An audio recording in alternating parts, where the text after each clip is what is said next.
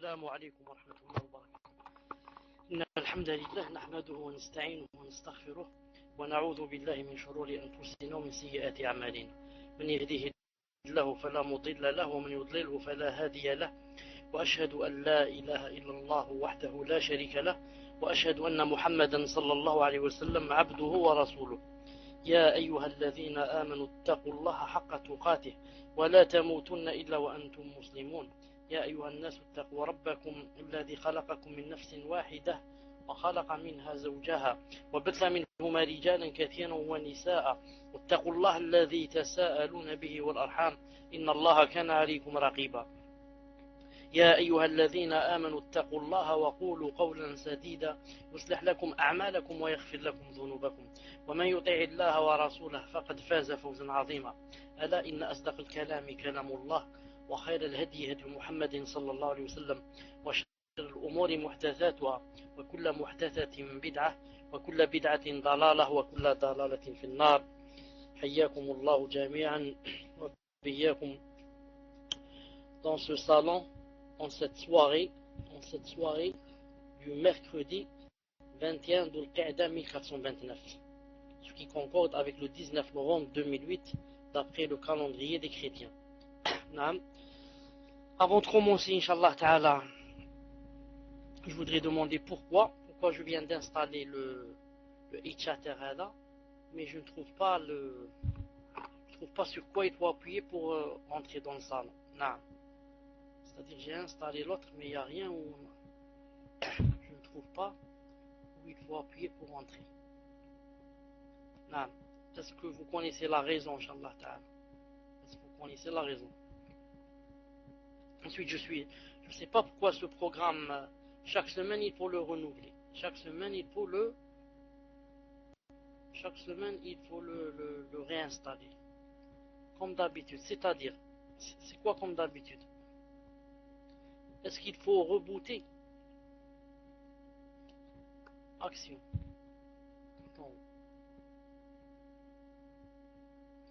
Non, j'ai pas le programme du tout. Non, j'ai pas le programme du tout. Il y a seulement, c'est écrit Bailux, c'est tout. C'est top. Bailux, c'est top.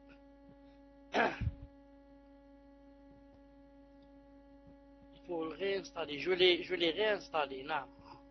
Je l'ai réinstallé maintenant. Est-ce que vous pouvez diffuser sans que je sois moi dans ce programme? Vous pouvez diffuser sans que je sois avec vous?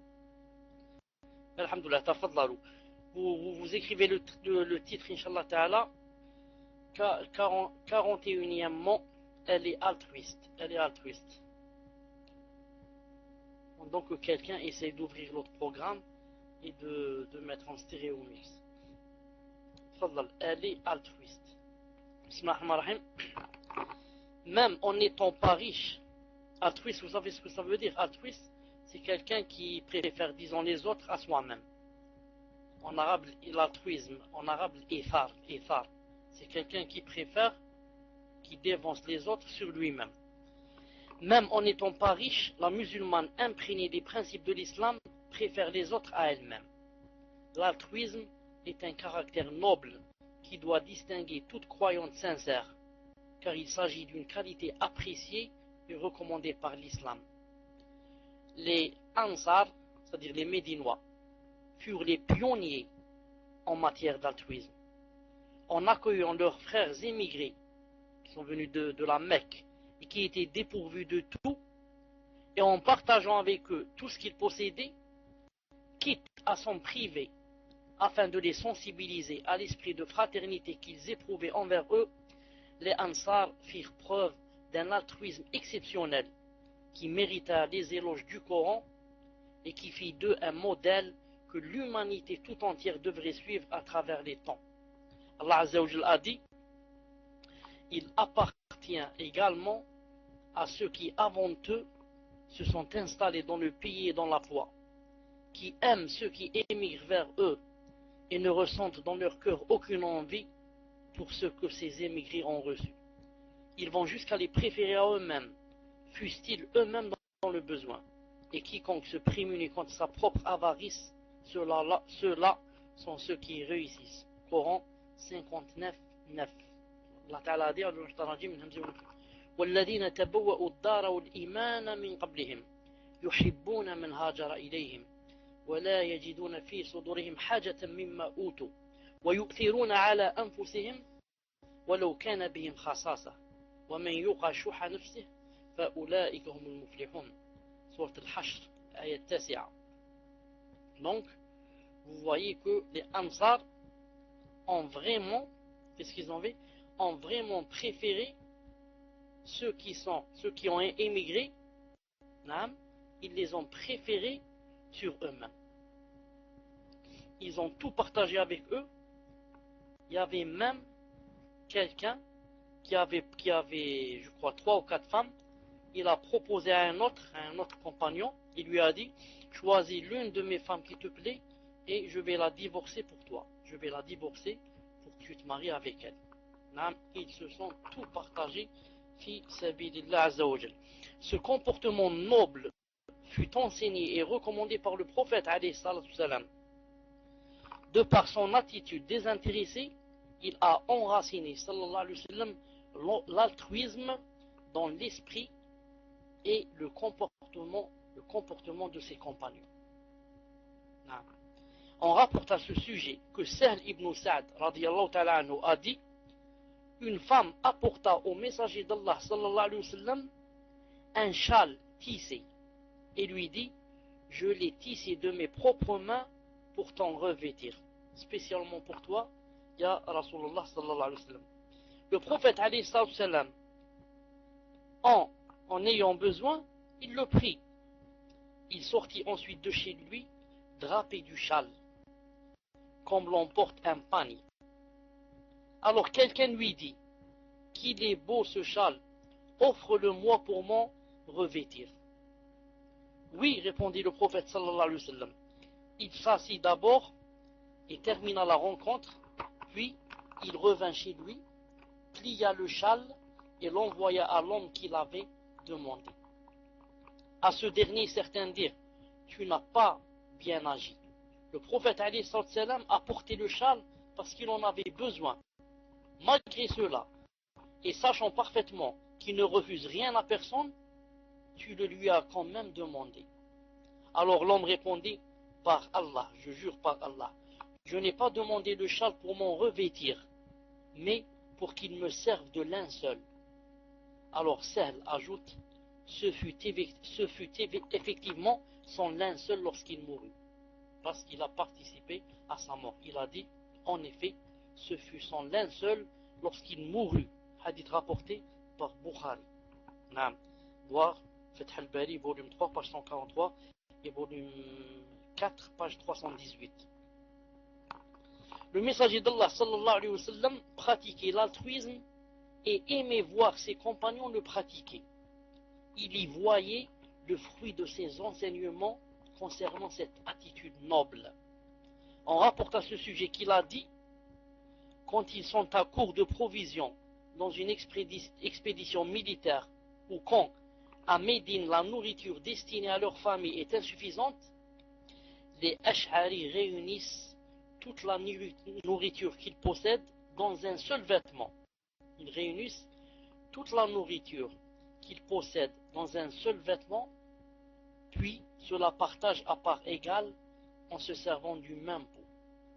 En cela, ils font partie des miens et je suis un des leurs. Hadith rapporté par Bukhari et Muslim. Grâce aux recommandations du Coran et de la Sunna, puis grâce à la conduite noble du prophète sallallahu alayhi wa sallam, l'altruisme est devenu une qualité distinctive des premiers musulmans. Ces derniers ont transmis cette valeur de solidarité sociale aux générations qui les ont suivies. Et c'est à notre tour de la concrétiser et de l'enraciner dans les esprits de nos enfants afin de maintenir les liens de fraternité qui caractérisent la société musulmane. 42e, elle est hospitalière. Elle est hospitalière. Vous écrivez: elle est hospitalière. Muslim, est-ce que la salle sur le Hitchater est ouverte? Si oui, C'est quoi le nom du salon? C'est quoi le nom du salon? Car ce n'est sûrement pas mon salon. C'est quoi le nom du salon? C'est le même que le vôtre. C'est étonnant comment on peut avoir deux mêmes salons. C'est étonnant. المهم, elle est hospitalière. La musulmane sincère, écoutez bien ce qui va venir, surtout pour les sœurs. Les frères aussi, mais surtout pour les sœurs. La musulmane sincère accueille la femme qui vient chez elle en hôte avec joie et s'empresse de lui accorder son hospitalité. Ce faisant, elle répond à l'appel que le messager d'Allah a adressé à tout croyant en Allah et au jour dernier. Et qui dit, qu'a dit le messager d'Allah? Il a dit, celui qui croit vraiment en Allah et au jour dernier, qu'il gratifie son hôte. Je répète, celui qui croit vraiment en Allah et au jour dernier, qu'il gratifie son hôte. Qu'il gratifie, ça veut dire qu'il l'accueille bien. Son hôte, hadith rapporté par Bukhari Muslim. Selon les termes du messager d'Allah sallallahu alayhi wa sallam, gratifier son hôte est une récompense qu'on lui doit. C'est un acte qui représente en quelque sorte un signe de reconnaissance envers celui qui nous rend visite, pour nous avoir offert l'occasion d'accomplir cette bonne œuvre qui consolide la foi et plaît à Allah Azza wa Jal. Le prophète sallallahu alayhi wa sallam a dit, celui qui croit vraiment en Allah et au jour dernier, qui gratifie son hôte en lui accordant sa récompense. En quoi consiste cette récompense? Lui demanda-t-on. Il répondit, alayhi salam, le gratifier durant un jour et une nuit. L'hospitalité est de 3 jours et tout ce qui est accordé au-delà est une aumône. Hadith rapporté par Bukhari ou Muslim. Donc, quand il y a un invité qui vient, ce qui est obligatoire, c'est quoi? C'est un jour et une nuit. C'est un jour et une nuit. C'est obligatoire. C'est-à-dire, si on ne le fait pas, on a un péché. Si on ne le fait pas, ni moi, ni mon voisin, ni l'autre, ni ne veut gratifier cet autre, ni l'inviter à dormir, à manger, etc. On a tous des péchés. Si quelqu'un le fait, alhamdoulilah, celui qui l'a fait a des récompenses et les autres n'ont pas de péché. C'est combien? Un jour et une nuit. Le deuxième jour, c'est conseillé. Le troisième, c'est bien. Au-delà des 3 jours, c'est seulement une aumône. Si on veut, on le fait. Si on veut, on ne le fait pas. Gratifier ses hôtes est une œuvre convoitée par toute musulmane ayant une foi sincère en Allah et au jour dernier. Et ce, en raison de la rétribution qui lui est due et la bonne réputation dont elle jouit parmi les gens. C'est aussi une œuvre dont les normes et les modalités sont fixées par l'islam. Donc, conformément au hadith qu'on vient de lire, l'égard généreux dû aux visiteurs se limite à une nuit et un jour. Ensuite, l'hospitalité s'étend à 3 jours pour celui qui veut. Les jours suivants ne feront pas partie de l'hospitalité, mais seront considérés comme aumônes, dont la rétribution sera inscrite dans l'actif du croyant ou de la croyante. Conformément à l'islam, gratifier l'hôte visiteur n'est pas une faveur facultative, susceptible d'être soumise à l'humeur ou à l'appréciation personnelle, mais c'est plutôt un devoir qui incombe à tout musulman et à toute musulmane. À ce sujet, le messager d'Allah alayhi salam a dit: la nuit d'hospitalité due à l'hôte est un devoir qui incombe à tout musulman. Celui qui ne reçoit pas son hôte, le laissant devant sa porte jusqu'au matin, lui sera redevable. Celui-là aura le choix de réclamer son dû ou de se désister. C'est rapporté par Bukhari dans Adab Mufrad, volume 2, page 207. Quant à ceux qui ne supportent pas la visite des autres et leur ferment la porte au visage, ils sont bien dépourvus de la bonté et on ne peut espérer aucun bien de leur part. Imam Ahmed rapporte que le prophète a dit: aucun bien ne réside en celui qui n'est pas hospitalier. Douar al-Musnad, volume 4, page 155. Ces transmetteurs figurent parmi ceux admis par Bukhari et Muslim. Mieux, dans un autre hadith, le messager d'Allah sallallahu alayhi wa sallam autorise l'autre visiteur, l'invité, c'est-à-dire, à prendre ce qui lui revient de droit si on le lui refuse par pure avarice. Ainsi, Bukhari et Muslim rapportent que Uqba ibn Amir, radiallahu ta'ala anhu, dit au prophète sallallahu alayhi wa sallam: ô messager d'Allah, tu nous envoies en mission auprès des gens qui ne nous offrent pas l'hospitalité. Qu'en juges-tu donc? Il répondit sallallahu alayhi wa sallam: lorsque vous descendez chez des gens qui ordonnent de vous donner l'hospitalité, acceptez-la. S'ils ne le font pas, prenez-leur tout ce qui revient de droit à l'hôte. Si vous n'avez pas compris, pour que vous compreniez, il y a une chose que beaucoup de gens ne connaissent pas, c'est que l'hôte a droit, je dis bien a droit, ce n'est pas une faveur, à un jour et une nuit, comme je viens de le dire. Il a droit. Qu'est-ce que ça veut dire, il a droit? Ça veut dire que si on ne l'invite pas, qu'il reste comme ça, par exemple dans la rue, on a tous des péchés, nous qui savons sa situation, qui savons que l'invité est là et que personne ne l'a invité. Comme je l'ai dit tout à l'heure. Celui qui l'invite, bien sûr, celui-là, il a des récompenses. Et les autres n'auront pas de péché parce qu'il a été invité par une autre personne. Maintenant, si quelqu'un vient en note et tout le monde le refuse, à part les péchés qu'on a, il va chez le juge au tribunal et il dépose plainte et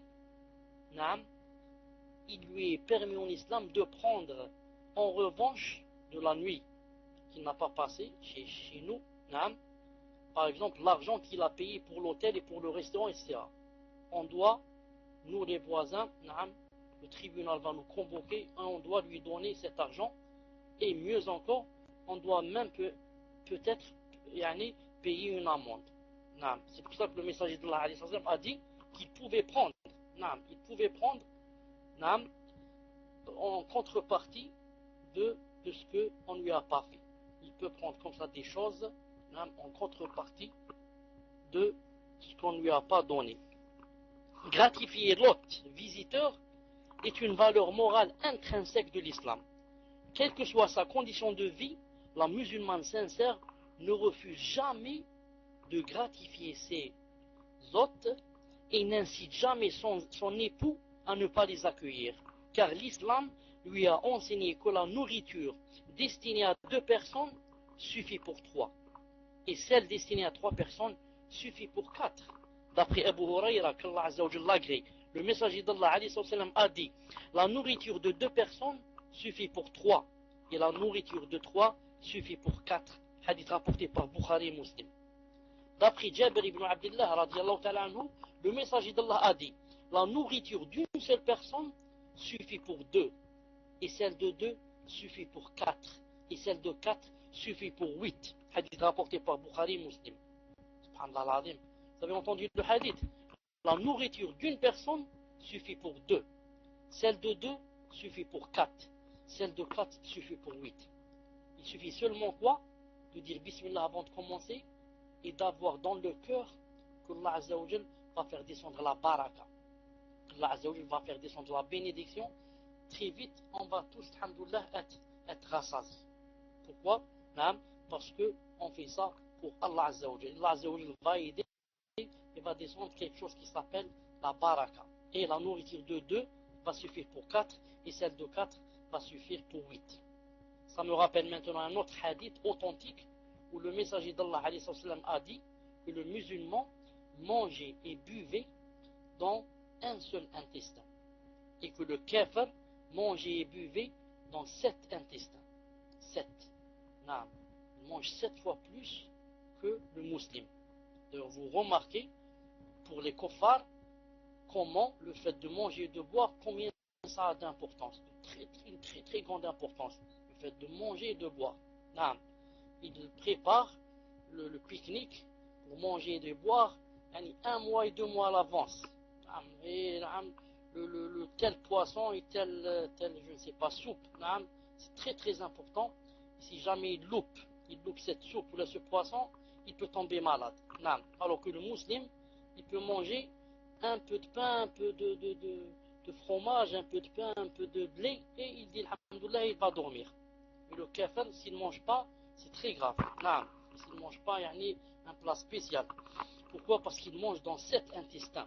C'est pour ça qu'Allah Ta'ala dit dans le Coran وَالَّذِينَ كَفَرُوا يَتَمَتَّعُونَ وَيَأْكُلُونَ كَمَا تَأْكُلُ الْأَنْعَامُ وَالنَّارُ مَثْوًى لَهُم. Allah Ta'ala dit وَالَّذِينَ كَفَرُوا, les kuffars, يَتَمَتَّعُونَ, c'est-à-dire ils jouissent يتمتعون de cette vie. وَيَأْكُلُونَ كَمَا تَأْكُلُ الْأَنْعَامُ, et mangent comme mangent les bestiaux. Et mangent comme mangent les bestiaux. Ce n'est pas moi qui ai dit cela, c'est Allah Ta'ala qui a jugé que les kuffars mangeaient comme mangent les bestiaux. Il a dit, enfin il a terminé le verset en disant et leur fin ce sera Jahannam, ce sera l'enfer. Vous avez remarqué que le kafir, Allah l'Adim, qui se croit moderne, qui se croit émancipé, qui se croit je ne sais pas quoi, il mange tout. Il mange les rats, il mange la souris, il mange les cafards, il mange les vers de terre, il mange les tortues, il mange les serpents, il mange le crocodile, il mange le singe, il mange tout, a'udhu billah, tout. Et il se croit émancipé, il se croit civilisé, il se croit la hawla wa la quwwata illa billah. La musulmane sincère ne s'inquiète pas, écoutez bien, la musulmane sincère ne s'inquiète pas du grand nombre d'hôtes qui lui rendent visite. La musulmane sincère n'a pas peur. Quand il y a 4 personnes, 6 personnes qui viennent, elle n'a pas peur. Elle leur réserve plutôt un accueil chaleureux et partage avec eux le repas familial, même s'ils se rendent chez elle à l'improviste et sans lui signaler au préalable leur visite.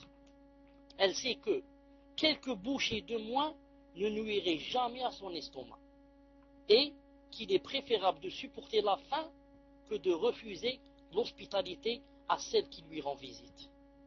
Elle sait aussi qu'Allah Azza wa Jalla accorde sa bénédiction au repas destiné à un nombre limité quand on le partage avec d'autres personnes, de sorte que tous ceux qui en mangent seront satisfaits. Elle ne trouve donc aucune raison la poussant à recevoir froidement les gens ou leur refuser l'hospitalité convenable. Ça existe chez beaucoup de femmes qui, lorsqu'elles voient des invités, elles veulent tomber en syncope.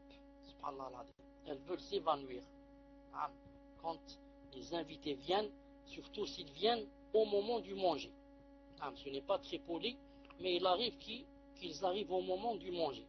Et surtout, s'il n'y a pas beaucoup à manger, et surtout s'il n'y a que le repas des enfants. Les plus vertueux parmi nos prédécesseurs,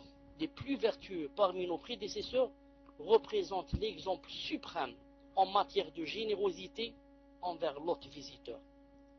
Écoutez bien le hadith suivant, il illustre particulièrement ce qu'on vient de dire. Bukhari Muslim rapporte qu'Abu Hurayra radiallahu ta'ala anhu a dit: un homme vint trouver le prophète sallallahu alayhi wa sallam et lui dit: ô messager d'Allah, je suis affligé. Et ça veut dire qu'il mourait de faim. Le prophète alayhi wa sallam envoya alors à ses épouses quelqu'un pour leur demander si elles pouvaient le nourrir. Mais elles répondirent: nous n'avons que de l'eau. S'il veut venir, marhaban bih. Mais la ghalb, il n'y a que de l'eau. On va lui servir de l'eau à boire. Il n'y a rien de caché. Ni dans le congélateur, ni dans le frigo, il n'y a rien à cacher. Ce n'est pas comme de nos jours. Quand il vient l'inviter, on lui donne peut-être le repas ou la chose qu'on allait manger, qu'on allait jeter. On ne lui donne pas, si on a caché un peu le poulet ou la celui-là on le cache. On le laisse quand il part lui. Quand il part, on va le faire rôtir.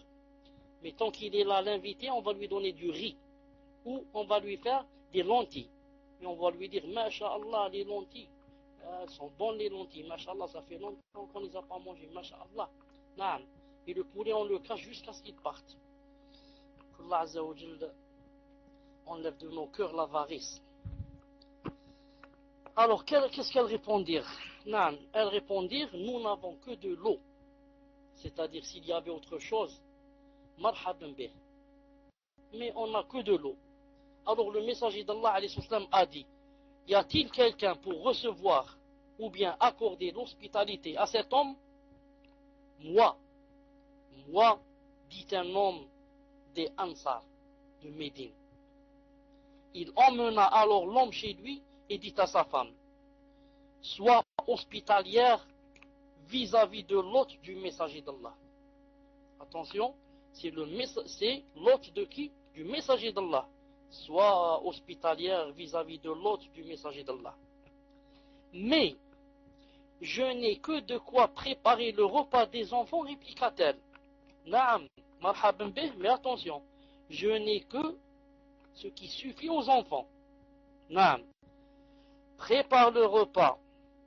Il lui répondit, puis éteins la lampe et endors les enfants quand ils voudront manger. Alors c'est ce qu'elle fait.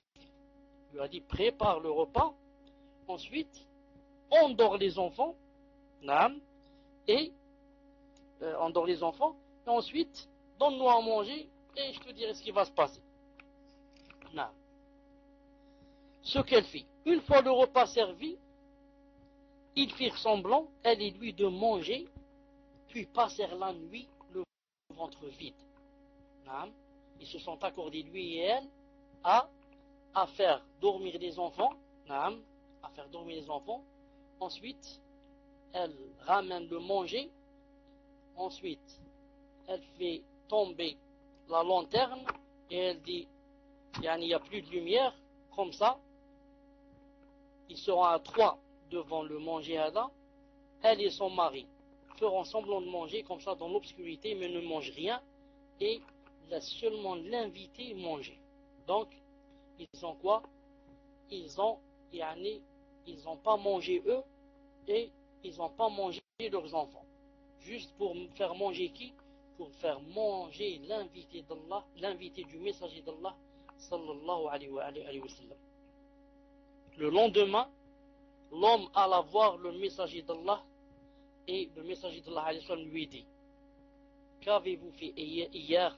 Allah Ta'ala a admiré votre comportement à l'égard de votre hôte.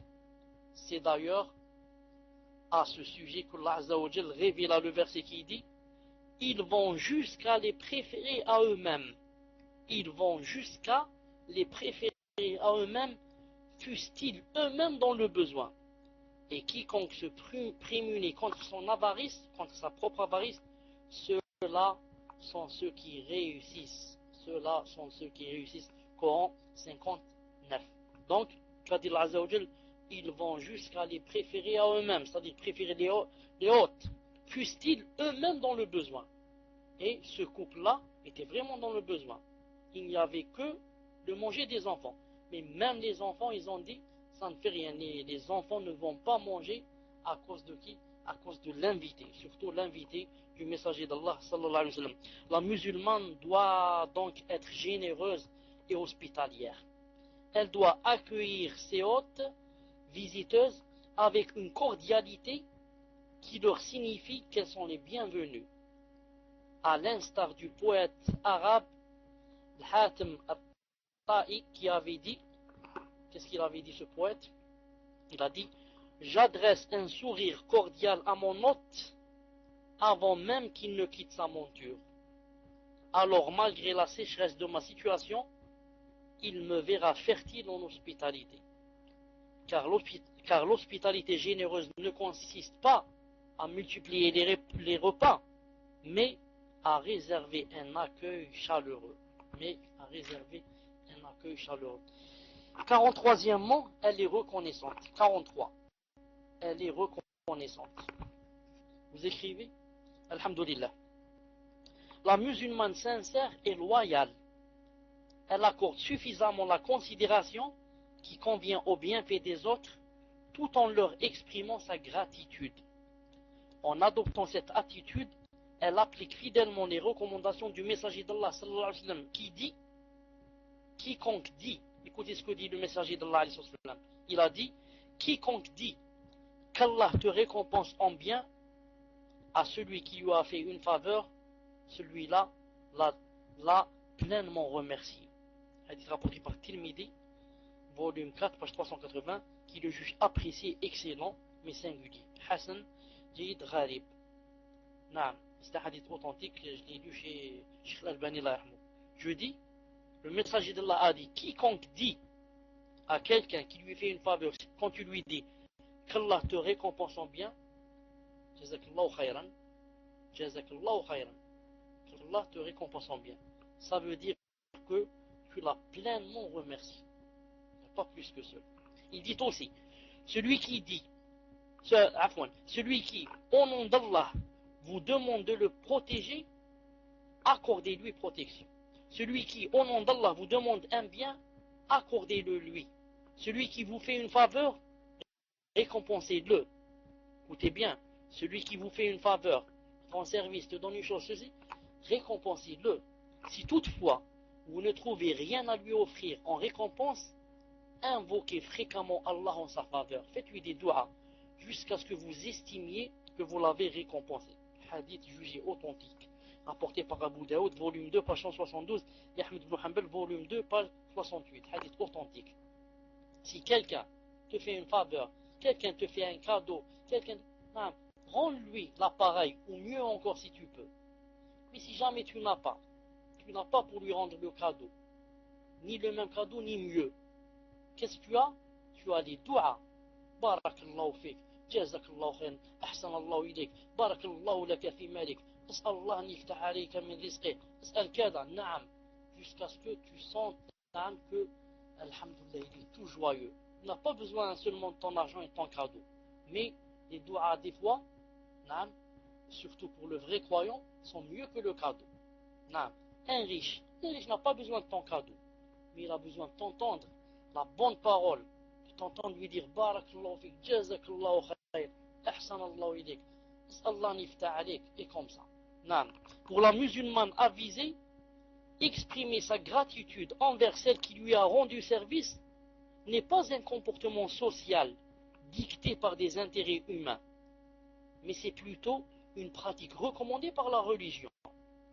Il se peut même que celle qui lui rend service ne satisfasse pas ses aspirations ou bien les satisfasse de façon partielle. Malgré cela, elle doit lui manifester sa reconnaissance et la remercier pour la noblesse d'esprit qui l'a incité à s'être montrée bienfaisante vis-à-vis d'elle.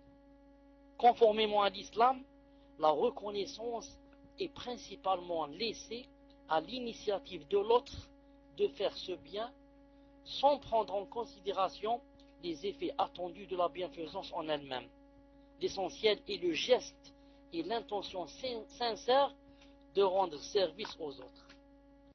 Il suffit que cela nous soit manifesté par quelqu'un pour être dans l'obligation de lui exprimer notre gratitude. L'islam insiste sur cette attitude noble au point de considérer que la gratitude due à Allah ne saurait être parfaite de la part du croyant que lorsqu'il exprime régulièrement sa gratitude à ses bienfaiteurs parmi les humains. L'esprit d'un homme habitué à ne pas remercier les gens pour leurs bienfaits envers lui est un esprit ingrat qui n'accorde aucune valeur au service rendu. Cet esprit-là n'est pas disposé à rendre grâce à Allah Azza wa Jalla, celui qui lui accorde pleinement toutes sortes de bienfaits et de faveurs. À ce propos, le messager d'Allah a dit: ne sera pas reconnaissant envers Allah quiconque n'aura pas remercié les gens. Hadith rapporté par Bukhari Muslim dans Adab Mufrad, hadith sahih. Vous avez entendu le hadith? Ne sera pas reconnaissant envers Allah celui qui n'aura pas remercié les gens. Il y a certaines personnes, quand les gens leur font des faveurs, qu'est-ce qu'ils disent? Dans leur cœur, ils disent alhamdulillah, c'est Allah qui m'a donné cette chose. Nous on dit, on est d'accord, c'est Allah Ta'ala qui t'a donné cette chose. Il n'y a aucune ni'ma qui peut venir sans Allah Azza wa Jal, sans la volonté d'Allah. Mais Allah Ta'ala a choisi cette personne ou ces personnes pour te donner sa ni'ma, pour te donner son argent, pour te donner son bien. Il a choisi des personnes. Ces personnes-là, il faut les remercier. Si tu ne les remercies pas, tu n'as pas à remercier Allah Azza wa Jal. Donc il faut savoir joindre entre deux choses. Savoir dans le cœur que ce bienfait vient d'abord d'Allah Azza wa Jal. Si Allah Ta'ala ne m'avait pas donné cette chose, jamais serait venu. Et deuxième des choses, remercier les gens qui ont été la cause, qui ont été sabab. Et les remercier, c'est en soi-même, c'est quoi? C'est une adoration. Car c'est le messager d'Allah Azza wa Jal qui te demande de les remercier. En dehors de ce fait, exprimer sa gratitude à ceux qui nous viennent en aide encourage les gens à être bienfaisants, comme il les incite aussi à être reconnaissants envers les autres. Serviabilité et reconnaissance, voilà deux attitudes que toute musulmane sincère doit observer dans ses relations sociales, car elles sont appréciées et encouragées par l'islam. Voilà, Inch'Allah Ta'ala, pour le dars d'aujourd'hui. Dans 5 minutes, Inch'Allah Ta'ala, il sera 22h.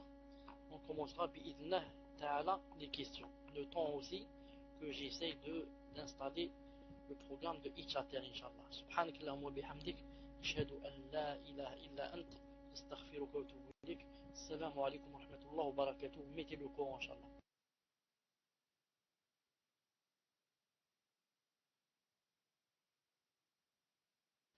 Assalamu alaikum wa rahmatullahi wa barakatuh. On commence bi'idna Azza wa Jal la série de questions-réponses en ce samedi. Bi'idna Azza wa Jal. Une seconde, Inch'Allah Ta'ala. En ce samedi, bi'idna Azza wa Jal. Afwan. En ce mercredi, bi'idna Azza wa Jal. 21 Dhul Qa'da 1429. C'est-à-dire le 19 novembre 2008, bi'idna Azza wa Jal. On commence directement par Mouwahidin. Inch'Allah Ta'ala. Tafaddali. Et n'oubliez pas que 2 personnes par dans ce programme et une personne dans le Itchater, Inch'Allah Ta'ala. Tafaddali. Assalamu alaikum. Bismillah, hayakumullah, Cheikh. Est-ce que le fait de parler d'un secret, ou alors de parler du cas de frères ou de sœurs sans citer leur prénom rentre dans la médisance? Jazakallahu khair. Tfaddal, Cheikh. Alaykoum salam wa rahmatullah wa barakatuh. En principe, quand on ne cite pas les noms, ni les prénoms bien sûr, ça ne rentre pas dans la médisance. Naam. Mais il se peut qu'une chose se soit passée par exemple dans une petite ville et que tout le monde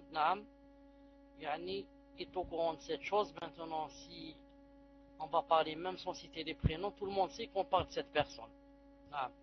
Mais si c'est comme ça par exemple dans une grande ville ou là, parler en général et dire que par exemple il y a des gens qui font telle et telle chose sans citer les noms et les prénoms, ça ne rentre pas dans la médisance, surtout si on parle dans le but, ce n'est pas de propager ce qui se passe, car on va affaiblir les gens, mais c'est dans le but pour que les gens ne fassent pas cette chose. Elle dit même si c'est un secret, justement, si c'est un secret qu'on ne doit pas divulguer, il vaut mieux ne pas le divulguer. Car si on le divulgue, même sans citer le nom, les gens risquent d'arriver à savoir c'est qui la personne. C'est un secret. Il vaut mieux ne pas le divulguer, car les gens risquent de connaître la personne, surtout les curieux. Il vaut mieux le garder, comme on l'a vu une fois dans le das. Et si on a une nasiha à faire, on l'a fait à la personne qui nous a dit le secret.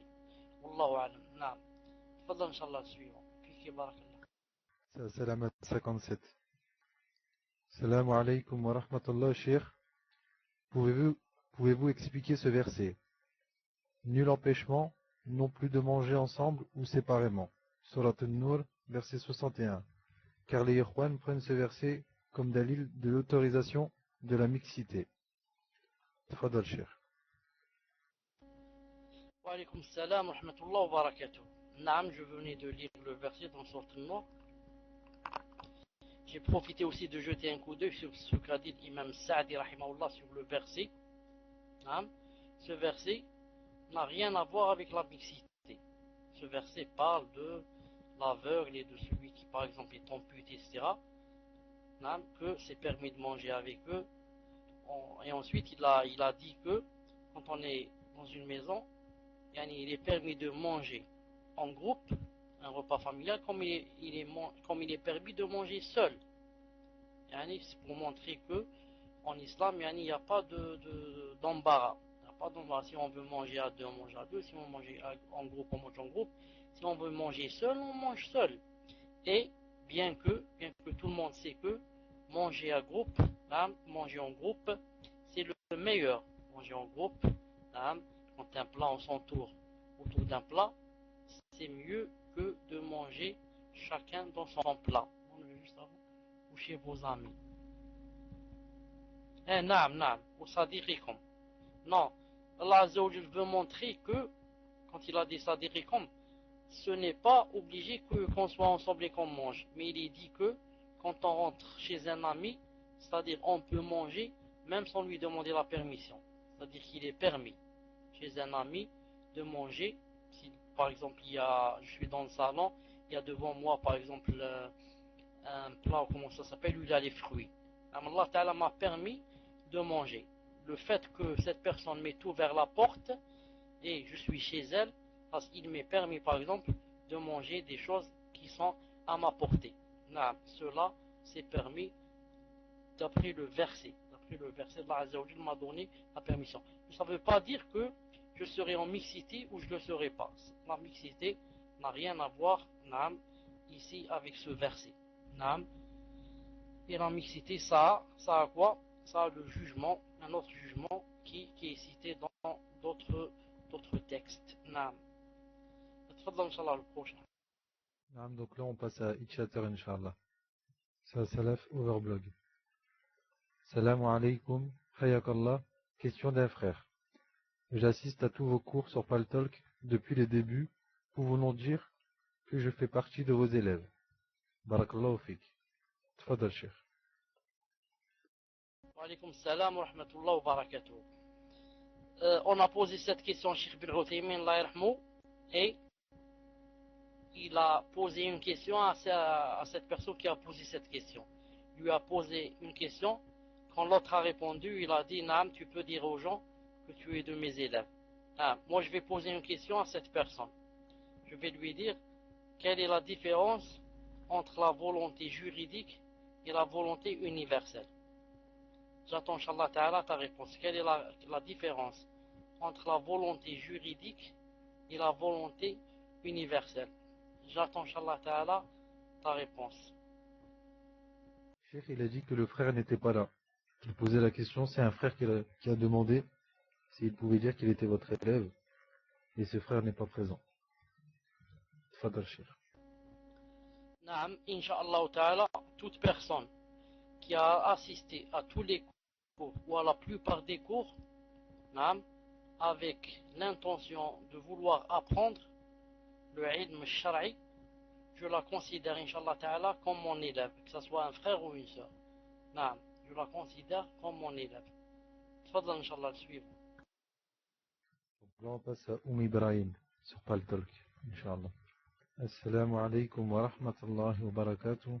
Bismillah wa salatu wa salam ala rasulillah. Hayakallah ya Cheikh. Est-il permis de faire des cours et rappels sous forme de questions-réponses ou en citant certains passages se basant sur le livre d'un savant tel que Usul Salasa?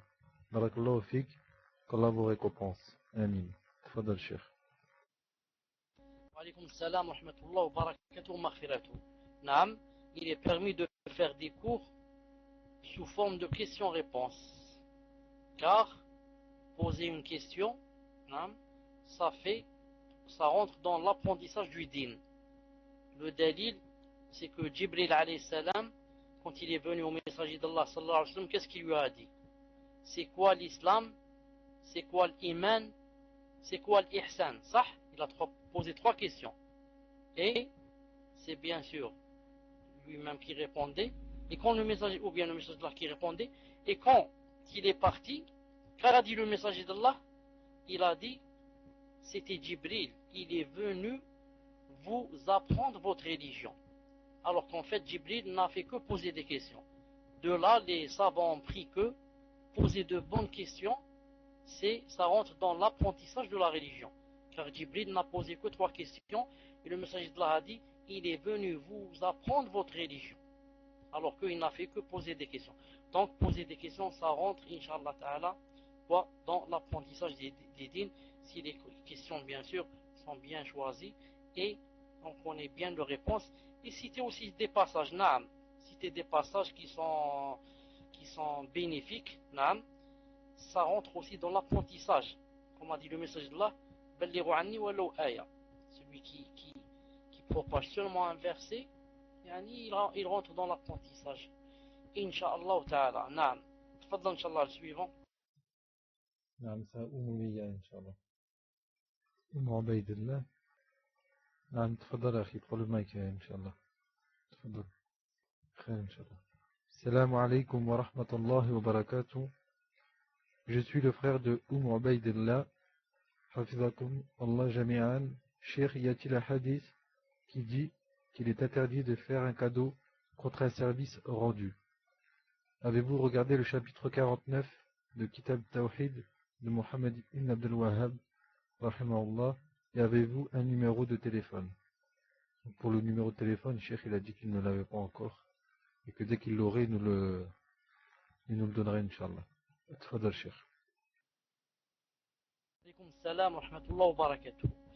J'espère, Inch'Allah Ta'ala, vous donner le numéro de téléphone mercredi prochain, Inch'Allah Ta'ala. Mercredi prochain, Inch'Allah Ta'ala, je vous donnerai le numéro de téléphone bi'idna azza wa jal.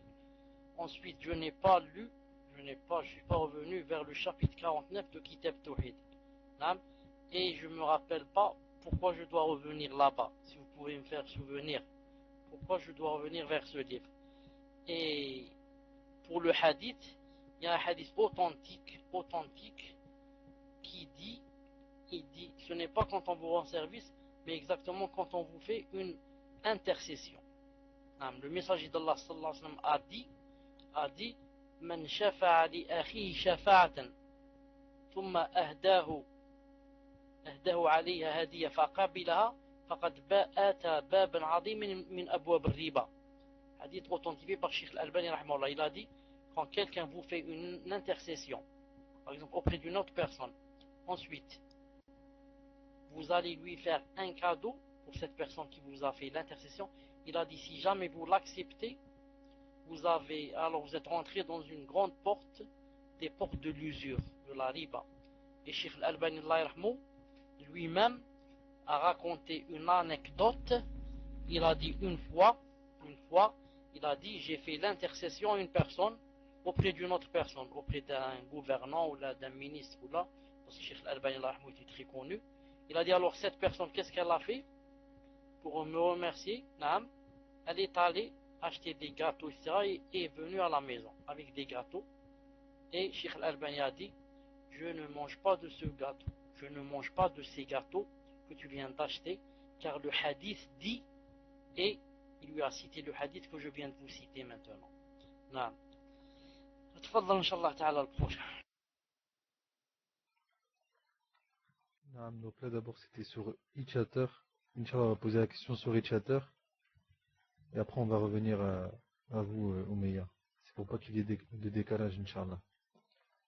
Donc Sibel sur e-chatter c'est à vous Inch'Allah. Sibel, est-ce que vous êtes là? On va me poser la question Inch'Allah. Est-ce qu'elle est prête Inch'Allah la question? Ah ouais, donc je l'en PV Inch'Allah. Salam alaykoum Cheikh.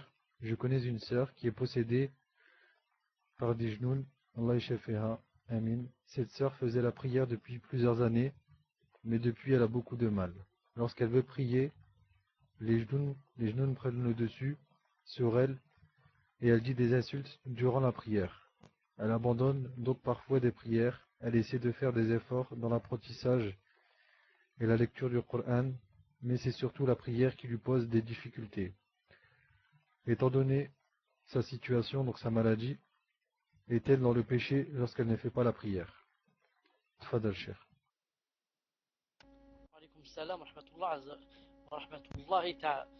Alaykoum salam wa rahmatullahi wa barakatuh. Qu'Allah ta'ala guérisse cette sœur. Qu'Allah ta'ala guérisse cette sœur et tous les croyants et les croyantes. Naam. En fait, quand elle est dans un état inconscient, où elle ne sait pas ce qu'il dit, ce qu'elle dit, et qu'elle risque d'insulter, etc., elle ne peut pas faire la salade. C'est comme quelqu'un qui boit de l'alcool, il ne sait pas ce qu'il dit, Allah Ta'ala lui a interdit de faire la salade. Donc elle attend les moments où elle est quoi? Les moments où elle est dans sa pleine conscience. Elle est vraiment consciente, c'est là qu'elle fait la salade, quitte à regrouper les salades, quitte à faire salat al-dhuhr et al-asr, en les joignant quand elles sent que ce jour-là ça va pas. Elle les joint pour ne pas perdre la deuxième salade.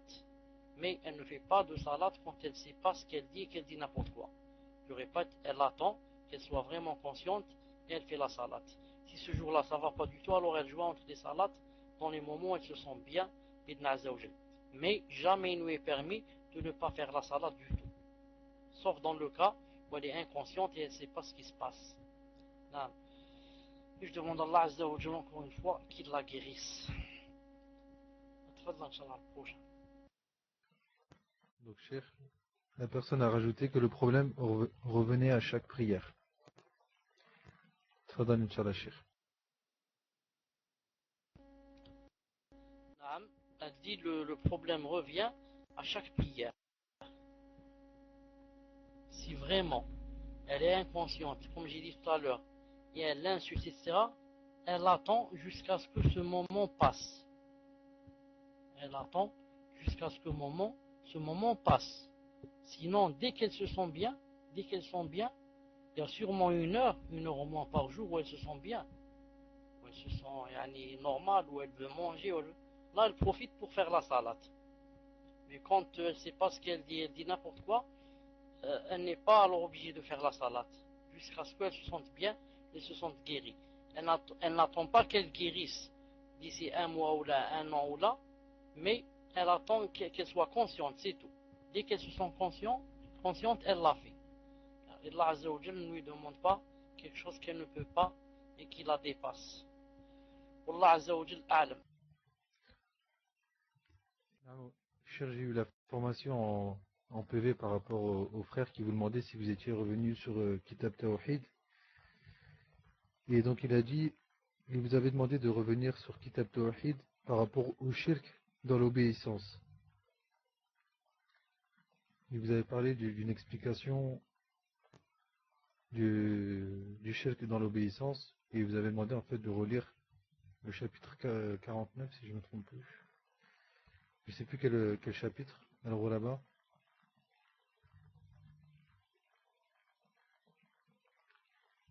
Chapitre 49. Non, c'est bien que si c'est chapitre 49, je vais remonter sur la discussion. Et donc je vais vous demander en fait de revenir dessus et de lui donner plus d'informations par rapport à la question de la dernière fois. Donc là je vais lire la question de Oumeya. Salam alaykum shoukhana. Ma question concerne la aqida. Nous avons vu que les piliers de l'adoration sont au nombre de 3. L'amour, la crainte et l'espoir.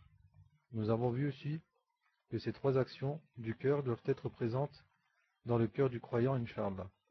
En faisant des recherches, un frère nous a informé qu'il y avait divergence chez les savants sur la manière dont le croyant doit avoir la présence en lui de l'amour d'Allah, la crainte d'Allah et l'espoir en Allah.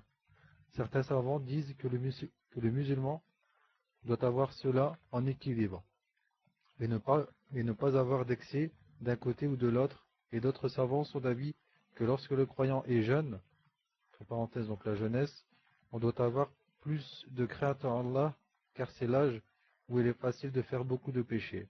Et quand on est vieux, on doit avoir plus d'espoir, car un vieux a déjà vécu sa vie et porte en lui le poids de ses péchés passés.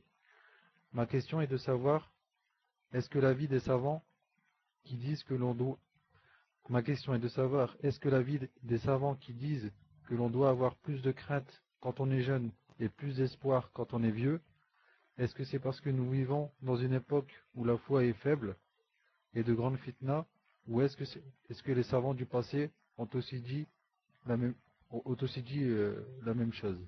Quel est selon vous l'avis le plus juste et pourquoi? Barakallahu fikum shaykhana. Tfadal shaykh.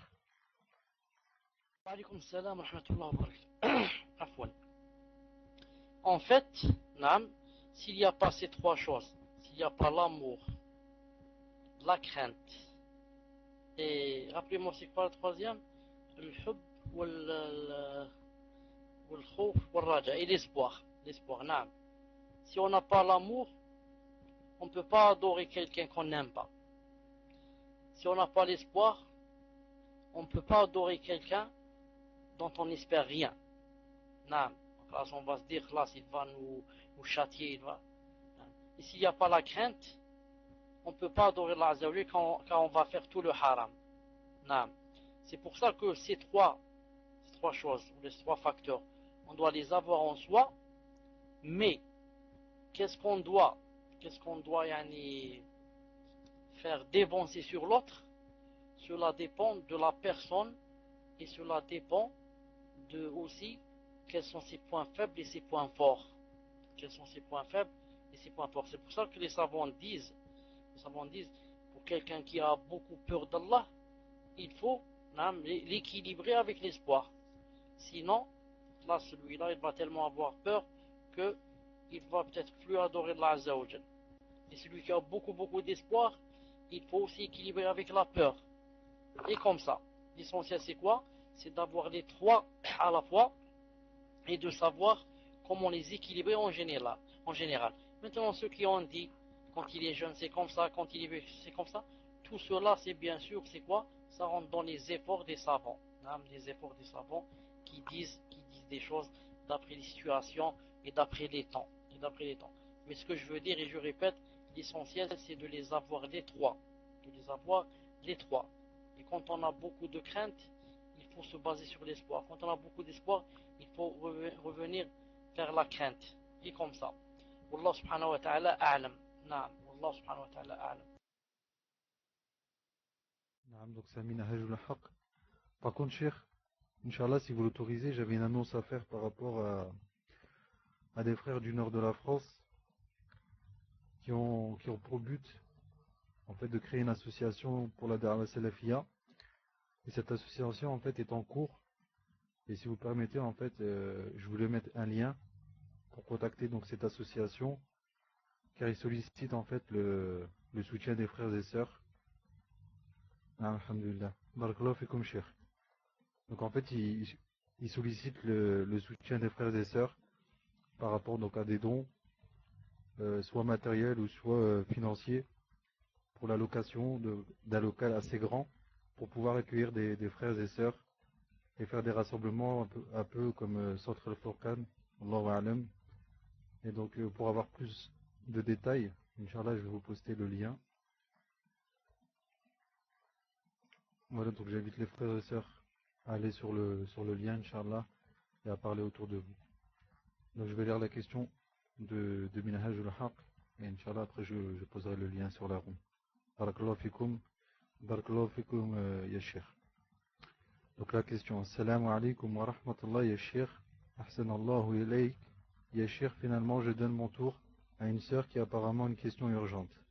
Khair Inch'Allah. Jazakallahu khayran ya Sheikh, et qu'Allah le Tout-Puissant vous préserve, ainsi que vos proches. Amin.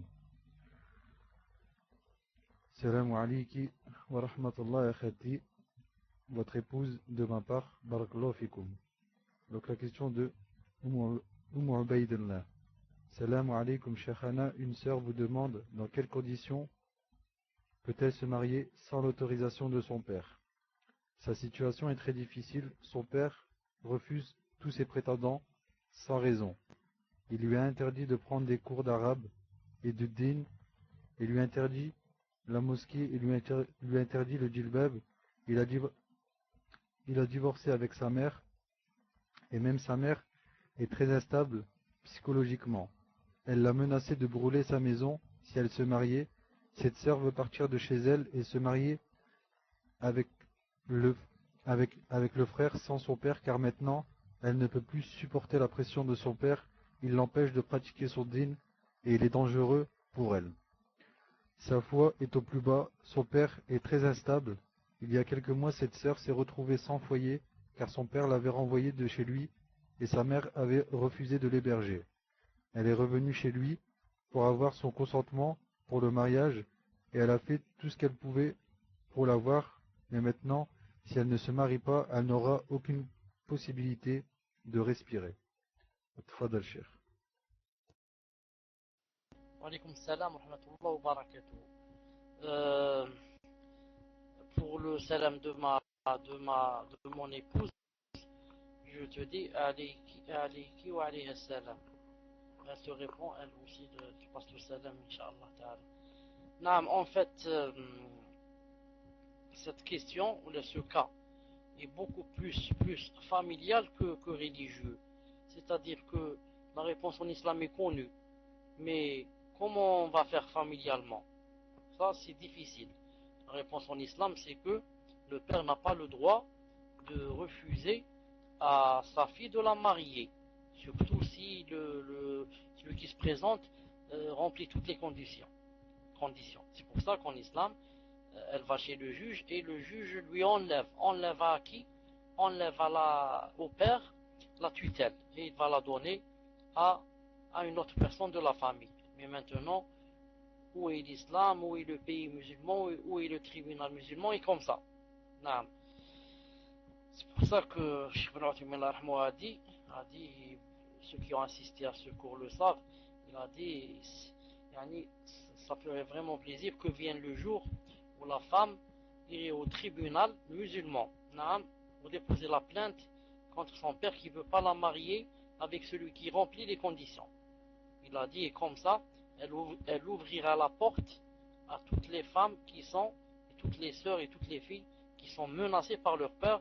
Il a dit comme ça, tous les pères auront peur et seront obligés de marier leur fille avec le prétendant qui correspond. Quant à cette personne, je viens de dire, elle doit donc se marier sans son père. Naam, elle peut se marier sans son père, mais avec un autre tuteur. C'est-à-dire que la tutelle passe du père, comme vous savez, vous connaissez des 8 personnes, elle passe du père à qui? Au grand-père. Ensuite, s'il n'y a pas le grand-père, elle passe au fils. Ensuite, elle passe au frère. Comme on l'a vu, lorsque on a fait ça plusieurs fois. On a montré comment ça passe. C'est pour ça qu'elle doit demander à quelqu'un de sa famille qui a droit à la tutelle de la marier. Elle doit demander à quelqu'un de la famille qui a droit à la tutelle de la marier. Et non pas, elle se marie comme ça, sans son tuteur. Lui est interdit. Aucun de ses œuvres et elle n'a aucun autre mahram vivant. Est-ce que ses parents sont des musulmans ou des kuffars? Ses parents sont des musulmans ou des kuffars? Eh, naam. Si, naam, si elle peut être mariée par un office, comme par exemple avec les musulmans, c'est comment qui s'appelle avec le centre culturel des musulmans ou là, par un imam ou là, et il veut la marier, voilà, s'il veut la marier, elle peut se marier bi'idhnillah azawajal. Elle peut se marier bi'idhnillah azawajal. Il est interdit en islam d'empêcher une femme de se marier. Naam. Elle essaye d'abord de voir le tuteur dans sa famille. Si elle ne trouve pas, elle voit quelqu'un, comme j'ai dit, d'officiel bi'idhnillah azawajal. Donc là, on passe à Itchater. Salafia, Inch'Allah, ça vous. Salam alaykum wa rahmatullah. Une ourte demande, est-il possible d'acheter un seul mouton pour deux foyers différents, Salafia, Inch'Allah, ou c'est pour deux familles vivant sous le même toit? C'est-à-dire, par exemple, le père et la mère avec leur fils qui est marié à leur belle-fille. Non, deux familles différentes. Donc, est-il possible d'acheter un mouton pour deux familles différentes pour l'Aïd. Barakallahu fikum wa hayyakumullah. Tfadal Cheikh. Alaykoum salam wa rahmatullah wa barakatuh. Deux familles différentes qui ne vivent pas sous le même toit, ce n'est pas possible. Car il n'est pas possible de cotiser à 2 ou à 3 ou à 4 pour acheter un mouton. Ça, c'est possible pour, par exemple, la vache, le bœuf, ils cotisent à 7. Mais le mouton, chacun doit acheter son propre mouton. Sauf une exception, si les 2 ou 3 familles vivent sous le même toit. Comme le père et les enfants, ou là le père et ses enfants, s'ils vivent sous le même toit, il aurait permis, comme faisaient ça les salafs, de sacrifier un seul mouton, bidna azawajal, à condition, comme je répète, qu'ils vivent sous le même toit. Naam. Tfadal, Inch'Allah. Donc c'est Hillel 1406. Salam alaykum. Quand le prophète, alayhi salatu wa salam, a fait l'ascension et qu'on lui a demandé s'il a vu Allah, il a répondu qu'il a vu une lumière. Dans un hadith, le prophète, alayhi salatu wa salam, a dit que Allah a un voile qui est de la lumière. Et s'il enlève ce voile, sa vision brûlera toute sa création. Allah le Tout-Puissant est donc une puissante lumière. Tfadal Cheikh. Alaykoum salam wa rahmatullah wa barakatuh.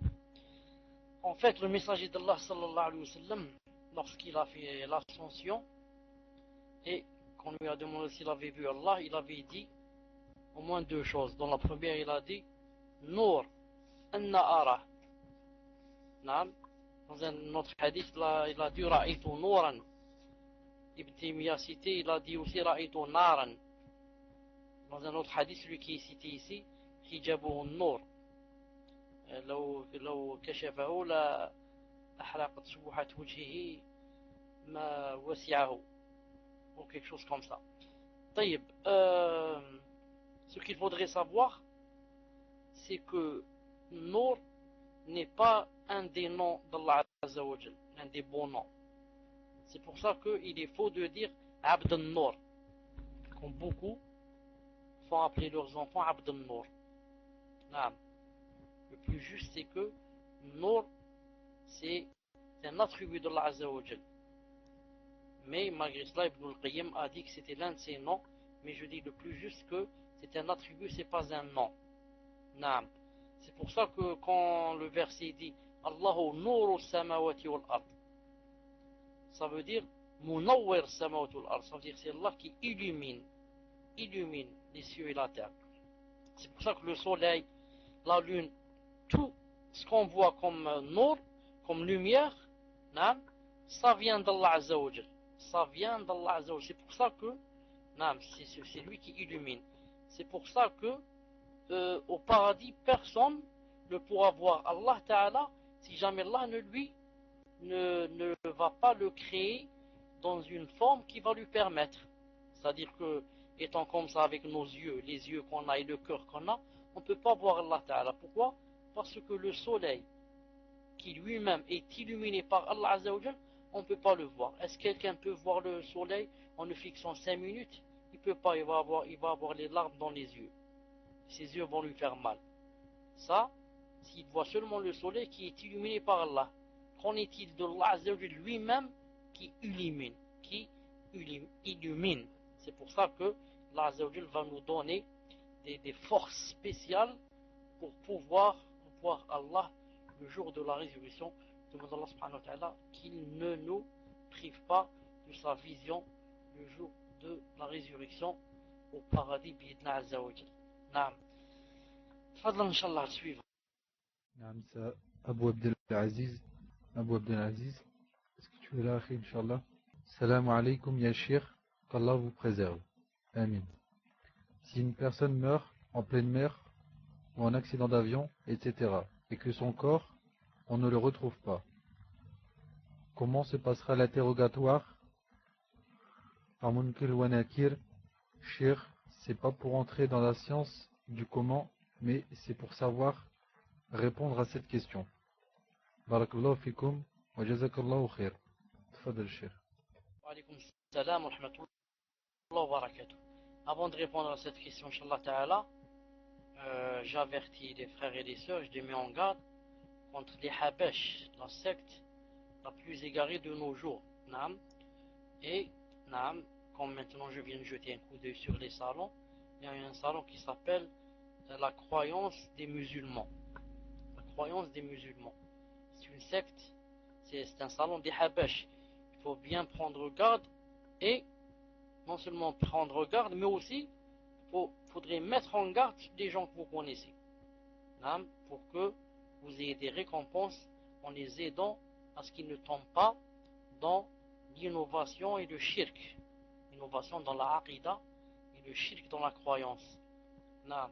Et vous aurez des ajr pour avoir prescrit le bien et proscrit le mal et l'innovation. Taïb, on revient à la question. La réponse, Inch'Allah Ta'ala, comme disent les ulama, qu'est-ce qu'ils disent? Toute personne qui meurt, hein, soit mangée par un lion, ou bien déchiquetée, par exemple dans un accident d'avion, ou bien dans la mer, mangée par un requin, c'est à partir du moment où elle meurt, hein, l'endroit où elle meurt, cet endroit devient sa tombe. Cet endroit où elle meurt, dans le ventre du crocodile, dans le ventre du requin, quand elle est en l'air comme ça déchiquetée, elle vient de mourir là, c'est dans cet endroit que Allah Ta'ala va quoi? Va lui envoyer des anges pour lui demander les trois questions. Les savants ont dit sauf si cette personne, par exemple, on l'a fait ressortir, on l'a fait sortir du ventre par exemple du lion, et on l'a pas encore quoi? On l'a pas encore enterré. Les savants ont dit, vous pouvez lire ça dans le livre de Cheikh Ibn Uthaymin, Allah yarhamou l'Aqida al-Wasitiyya aussi, Sharh l'Aqida al-Wasitiyya, il dit que les anges ne vont pas poser les trois questions à cette personne tant qu'elle n'a pas été enterrée, mais si elle va être enterrée dans 1 ou 2 jours. Mais si jamais cette personne ne va pas être enterrée, ou bien elle a été mangée par un lion ou là, c'est dans le ventre du lion et c'est dans le ventre du crocodile qu'Allah Ta'ala va envoyer les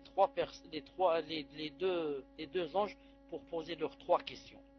Voilà, Inch'Allah Ta'ala, la réponse des savants. Naam. Fadlan, Inch'Allah, le suivant. Donc là on passe à Itchater. C'est la question de Abdillah. Salam alaykum wa rahmatullah. Ahsanallahu ilaykum. Une sœur demande. J'aimerais savoir, Inch'Allah, si une sœur a le droit d'entreprendre plusieurs propositions de mariage en même temps pour ensuite faire son choix, Inch'Allah. Ce que je veux dire par là, c'est que différentes personnes lui ont présenté des frères différents et ce presque en même temps. Doit-elle attendre d'avoir refusé la proposition pour ensuite étudier la deuxième, ou bien peut-elle faire son choix parmi les deux en même temps? Je demande cela car un frère, Muhajir, m'a fait une proposition de mariage, pas de muqabala ni de demande auprès du tuteur, mais étant donné le nombre d'intermédiaires et le fait qu'il se trouve dans un autre pays, cela met beaucoup de temps, donc jusque-là, pas de réponse depuis 2 semaines. Dois-je patienter ou puis-je passer à autre chose? Inch'Allah. Jazakumullahu khayran. Tfadal, Cheikh. لو سامحت الأخ الكريم, est-ce que tu peux relire la question, تفضل, لو سامحت. Donc je relis, Inch'Allah. Assalamu alaykum wa rahmatullah. Ahsanallahu ilaykum. Une sœur demande. J'aimerais savoir, Inch'Allah, si une sœur a le droit d'entreprendre plusieurs propositions de mariage en même temps pour ensuite faire son choix. Ce que je veux dire par là, c'est que différentes personnes lui ont présenté des frères différents, et ce, presque en même temps. Doit-elle attendre d'avoir refusé la première proposition pour ensuite étudier la deuxième, ou bien peut-elle faire son choix parmi les deux? Je demande cela car un frère, donc résident à l'étranger, m'a fait une proposition de mariage, entre parenthèses, pas de muqabala, ni de demande auprès du tuteur, mais étant donné le nombre d'intermédiaires et le fait qu'il se trouve dans un autre pays. Cela met beaucoup de temps. Donc jusque-là, pas de réponse. Depuis 2 semaines. Dois-je patienter ou puis-je passer à autre chose, Inch'Allah?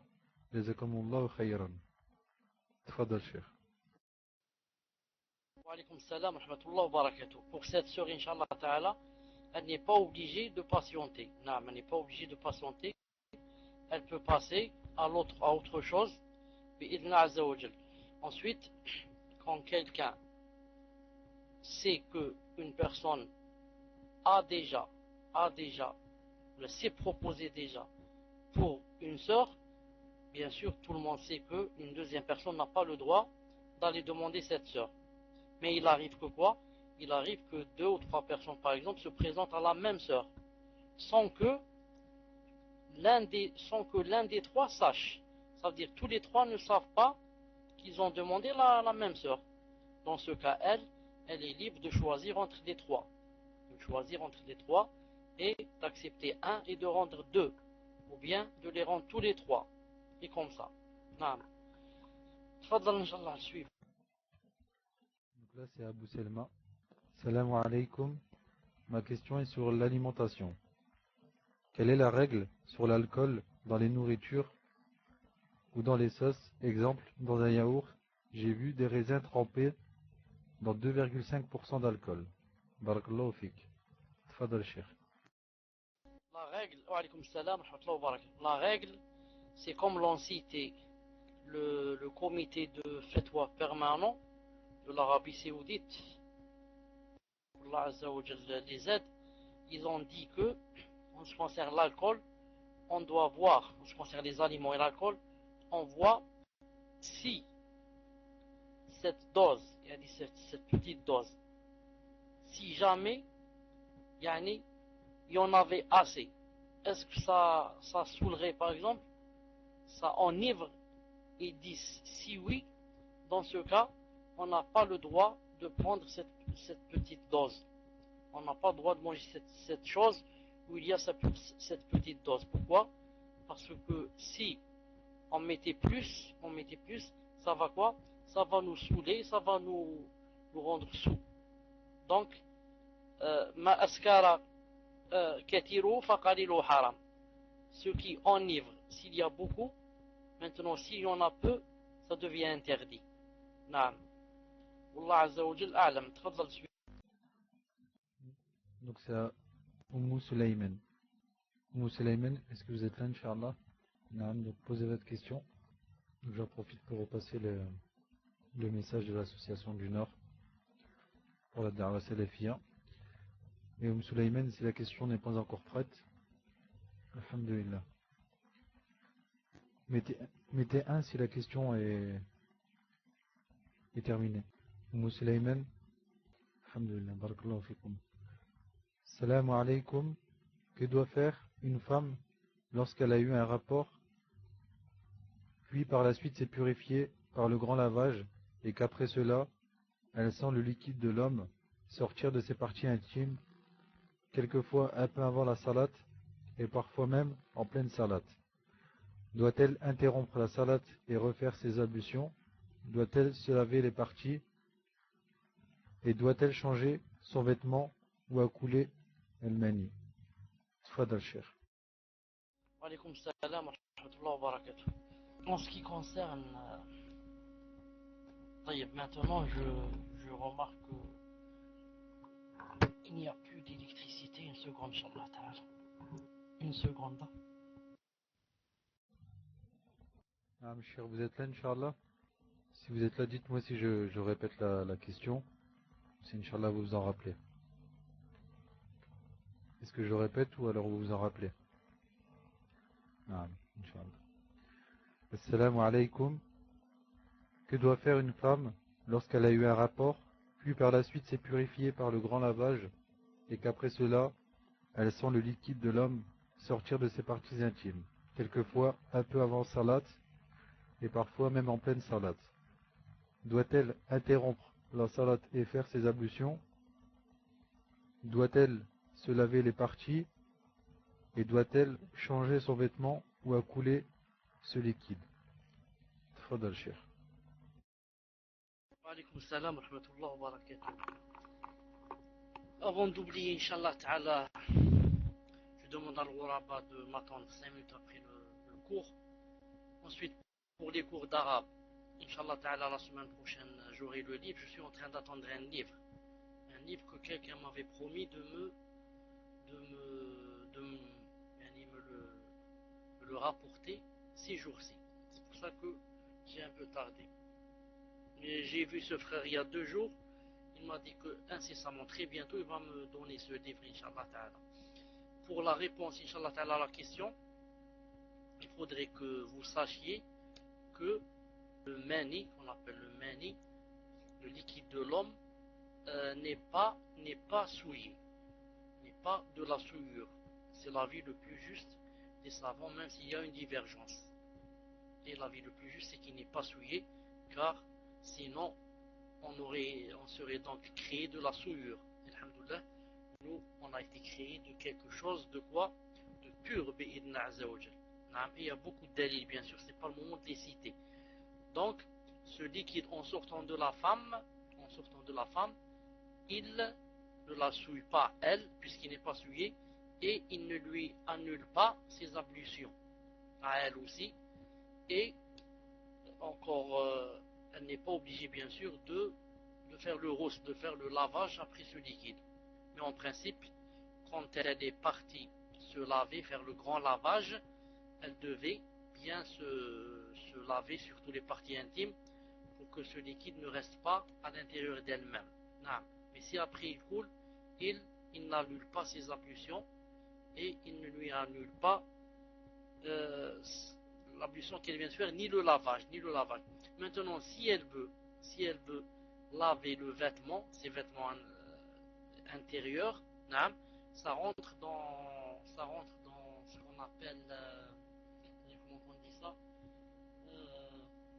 dans la propreté, c'est tout. Ça rentre dans la propreté, le fait de ne pas voir, par exemple, ce liquide sur les vêtements internes, et le laver à cause de cette chose, ça rentre dans la propreté. C'est à peu près comme la morve. Quand on a de la morve, donc par exemple les vêtements internes ou sur nos vêtements, ce n'est pas interdit de faire la salade avec, car c'est pur, mais c'est un peu sale, ça fait sale. En ce sens, il faut le laver بإذن عز وجل. والله عز وجل أعلم. تفضل إن شاء الله suivant. Et je vous rappelle, Cheikh, Inch'Allah, qu'il est 23h07. Donc là, on va passer à... C'est à qui le Walaba? C'est à Itchater ou toujours sur Paltalk? Inch'Allah. C'est sur Paltalk, c'est à Mohamed. Et Inch'Allah, c'est la dernière question pour ce soir. Mohamed, est-ce que vous êtes là? Posez votre question, Inch'Allah. Salam alaikum wa rahmatullahi wa barakatuh. Notre hijra est prévue bientôt, Inch'Allah. Et nous aimerions faire une kafala à une orpheline, Mania, et de l'éduquer comme j'éduque mes enfants. De la chérir du maximum. Moi aussi, ai-je le droit de la gronder si elle fait trop de bêtises comme je gronde mes enfants? Ou est-ce que je dois la laisser faire ce qu'elle veut, car on dit qu'il ne faut pas faire pleurer un orphelin? La question est terminée, Mohamed. Tapez 1, Inch'Allah. Barakallahu fikum. Tfadal, Cheikh.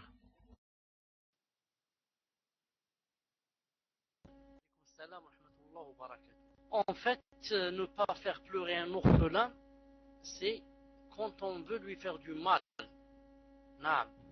Mais le gronder pour son bien, ça rentre dans son bien et ça ne rentre pas dans faire pleurer un orphelin. C'est pour cela que si on va éduquer un orphelin, on doit le gronder là où il faut le gronder. Car pourquoi? C'est pour son bien, pour qu'il s'éduque bien, pour qu'il craigne Allah, pour qu'il ait peur d'Allah et pour qu'il s'élève bien et comme ça. Mais quand on le fait pleurer en lui volant son argent, ou là en insultant son père et sa mère, ou là en insultant lui, tout ça, ça rentre bien sûr dans les péchés, il ne faut pas le faire pleurer. Mais si on le fait pleurer pour son bien, Inch'Allah Ta'ala, car c'est une chose obligatoire ici par exemple, naam, de l'éduquer, de lui faire peur, etc. Naam. Mais toutefois, et le petit tape sur la main comme les enfants, naam, la même chose. C'est comme un enfant. C'est pour ça que il ne faut pas faire la différence seulement en le tapant par exemple lui sans taper les enfants. Ou bien en le grandant lui sans grandir les enfants. Ça, c'est interdit. Mais si on le met au même niveau que les enfants, Inch'Allah Ta'ala, on le grande quand on grande aussi les autres, Inch'Allah Ta'ala, ce n'est pas interdit. Allah subhanahu wa ta'ala a'lam. Fikum barakallah. Je vous donne rendez-vous Inch'Allah Ta'ala pour samedi. Subhanakallahumma wa bihamdik.